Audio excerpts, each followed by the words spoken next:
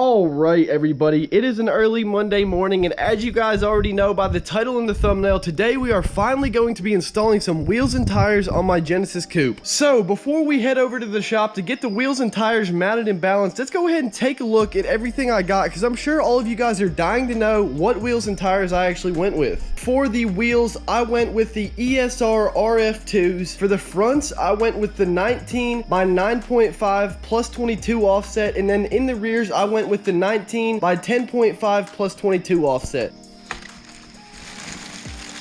All right, everybody, here they are, the ESR RF2s. I cannot wait to get these things on the car. It is gonna change the look up so much. It's gonna look so sick, man. Here's a little bit better look at the wheel.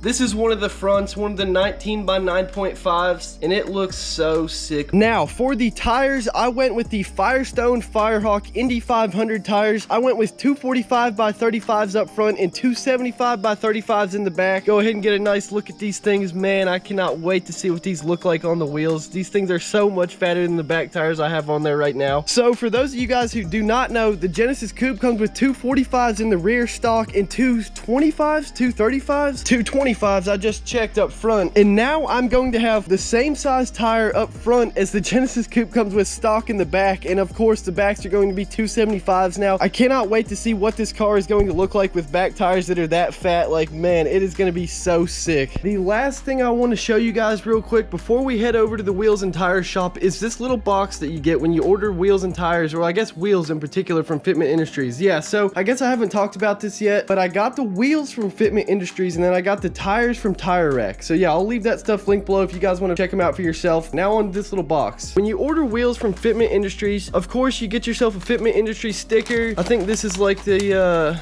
I'm not exactly sure what this is. It's a letter to me. It's probably telling me thank you for ordering wheels from us. Oh, it's actually telling me to like and follow them on every social media site. So yeah, they send you these papers right here. But then more importantly, on the inside here, we have ourselves the 4 TPMS sensors that we're going to need for these wheels and tires. And we have ourselves some new lug nuts and the lug tool itself. So yeah, here's all the black lug nuts. Here's the TPMS sensors. Now that we've talked about all this stuff, let's go ahead and take the wheels and tires to the shop and get them mounted and balanced, because I'm sure all of you guys are waiting to see that. We are almost there, but real quick before we get there, there's one thing I want to talk about, and that is hub-centric rings. So basically what hub-centric rings are is obviously not all wheels are designed for one car in particular. Like for instance, the ESR RF2s that I got, they're not only designed for a Genesis Coupe, they're designed for a wide variety of different vehicles. Basically what they do is make it so that your wheel is going to be centered on your hub instead of on the lug nut. It's kind of hard to explain this, but unless your vehicle has the largest possible hub size that wheel is designed for, then the wheels will not be centered on the hub. They will actually be centered on the lug nuts. So in order to fix that problem, you have to get yourself some hub-centric rings. Now hopefully that explanation made sense. It is a bit confusing, I'm not gonna lie. I'm gonna have to get some of those ordered from the tire shop. They probably will not have any in stock there. I just pulled up to Miller's Tire and Auto. Let's go ahead and take these wheels and tires in and get them mounted and balanced. All right, everybody, I just got the wheels and tires back, and check this out, man. These are gonna look so sick. I believe these are the fronts right here. We got the backs in the back seat right there. Man, they look awesome. I am back home now. I got the wheels and tires unloaded, and check these things out, man. They look so sick. So just for reference, these right here, these are the 275s. As you guys can see, these are the 245s. They're a decent amount wider. They're not 100% lined up right now, but literally the 275s have at least an inch or two over these 245s, man. The grip is going to be phenomenal. I'm just debating on if I should go ahead and wait to put the hub-centric rings on before I put the wheels and tires on. Unfortunately, like I thought, they did not have any in stock there, and the soonest they'll be able to get some hub-centric rings in that will fit the Genesis is going to be Wednesday. So now I'm just trying to decide if I should go ahead and put these on, or if I should wait until Wednesday till I got the hub-centric rings to put these wheels on. Now I'm sure a few of you guys are curious how much it costs to get 4 wheels and tires mounted and balanced. So for that, it costs about $106. Actually, I believe it costs about 80 bucks, because this 106 is also plus the 4 hub-centric rings that I'm gonna need. So yeah, I believe about $80 to get these 4 wheels and tires right here mounted and balanced. Since we're already talking about price, I guess I can go ahead and tell you guys exactly how much this setup right here costs. So like I said, I got the 4 wheels from Fitment Industries. I went with 19 19 by 9.5 plus 22 offset for the front, and 19 by 10.5 plus 22 offset in the rear, which are these two to the rear. Those are the front. And for this setup, for just the wheels, it cost about $1,400. I want to say it was like $1,380 something dollars. Now the thing is, that's not just the wheels. That also includes the lug nuts, the TPMS sensors, and that lug tool that you guys saw. So yeah, for the 4 wheels, the TPMS sensors, and the lug nuts, it was about $1,400. Now for the tires, like I said, I picked these tires up from TireRack.com. I got all 4 of them together. I believe they were a little over $200 per tire. Everything totaled out to be about $910, $920 on Tire Rack, and that's with shipping, with taxes and everything, which is really not too bad of a price for these tires. Like, they had really great reviews, and quite a few of you guys had told me to get them in the comments, so I went ahead and picked some up. Now, in total, this setup cost me about $2,300, which is definitely not cheap, but I mean, for wheels and tires, I definitely think it's worth it. If you cheap out on wheels and tires, it's really not going to do anything good for you. So if you guys are going to go ahead and pull the trigger and get yourself some wheels and tires, I just suggest go ahead and getting some ones that you really want, because otherwise you'll regret it. So with all that being said, it's finally time to throw these wheels and tires on. I'm sure you guys are tired of waiting. I myself am tired of waiting. I cannot wait to see what they look like on the Genesis. So before we do that, let's get one last shot of what these stock wheels Plasti Dip Black look like.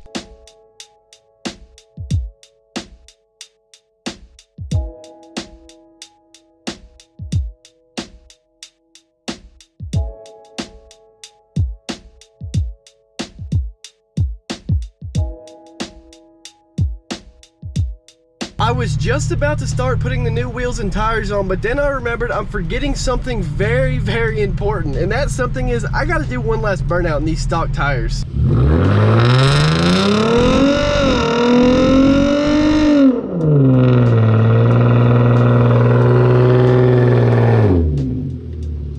Now it is time to start putting the wheels and tires on. As you guys just saw, I did one last burnout with the stocks on. It wasn't the best, but it'll do. So yeah, let's go ahead and get these new wheels on and see how they look.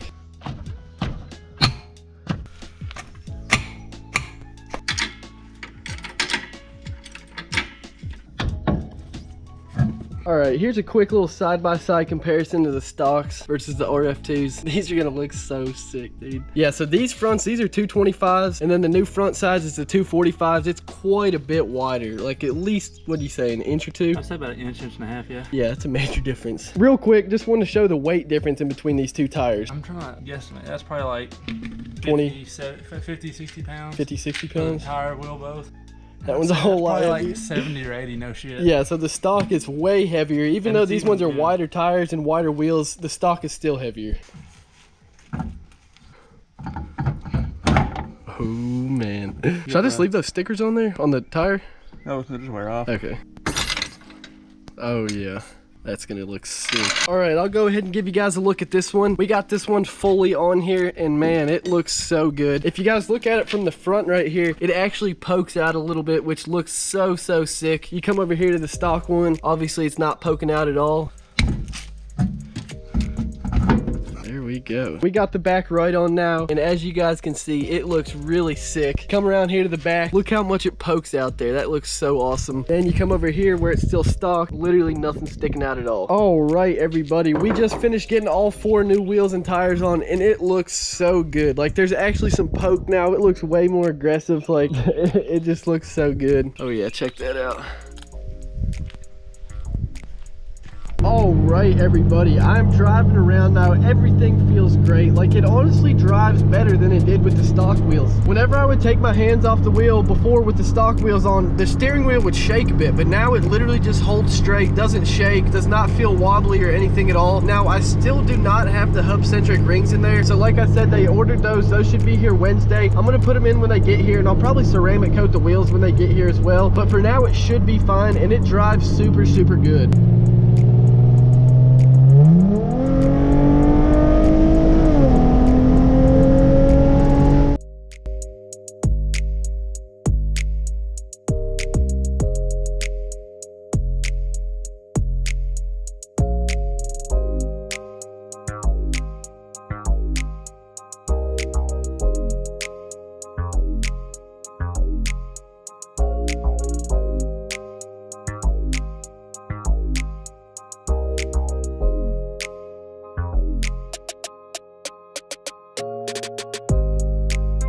All right, everybody, it is now the next day. I drove the car around a whole bunch yesterday, and man, it feels so good now. Like, literally, you can floor it from a standstill and it will not lose traction. It'll just spin a tiny bit and take off and go. It is so sick. Like, you can literally just put your foot to the floor now and basically not have to worry about anything. Now that these wheels and tires are on here, I definitely need to retry the 0 to 60 time, because I'm pretty sure just these wheels and tires alone will make a major difference. Because like I said, you can literally just floor it from a standstill now, and I'm pretty positive that if you can do that, it will definitely launch way harder and take off and hit 60 way faster. But yeah, like I mentioned earlier, the hub Centric Rings are not supposed to be here till Wednesday, unfortunately, so I'm not going to be putting those on in this video. If you guys want to see me put them on in the next video, let me know down in the comments below and I'll get that done. Now for the most important question of them all, would I recommend you get wheels and tires for your Genesis Coupe? Honestly, 100% yes. Like, I really wish that I'd gotten wheels and tires a whole lot sooner, because I would have never imagined that the difference would be this huge. Like, literally the front tire, and it's starting to rain on me again, but yeah, the front tire of the stock, like the stock front wheels and tires literally weigh more than the aftermarket rear wheels and tires. The stock fronts are 225 tires on, I believe, 19 by 8-inch rims, and the rear aftermarkets are obviously 19 by 10.5 inch with the 275 tires, and the stock front tires legitimately weigh more than the rear aftermarkets. Like, that is actually insane. Now, unfortunately, I don't have a scale to compare the weight directly, but trust me, the rear tires, the aftermarket rear tires, literally weigh less than the stock front tires. Wheels and tires is what I meant to say this whole time. Not tires, wheels and tires. I just wanted to show you guys real quick. This is what the weather says it's supposed to be right now.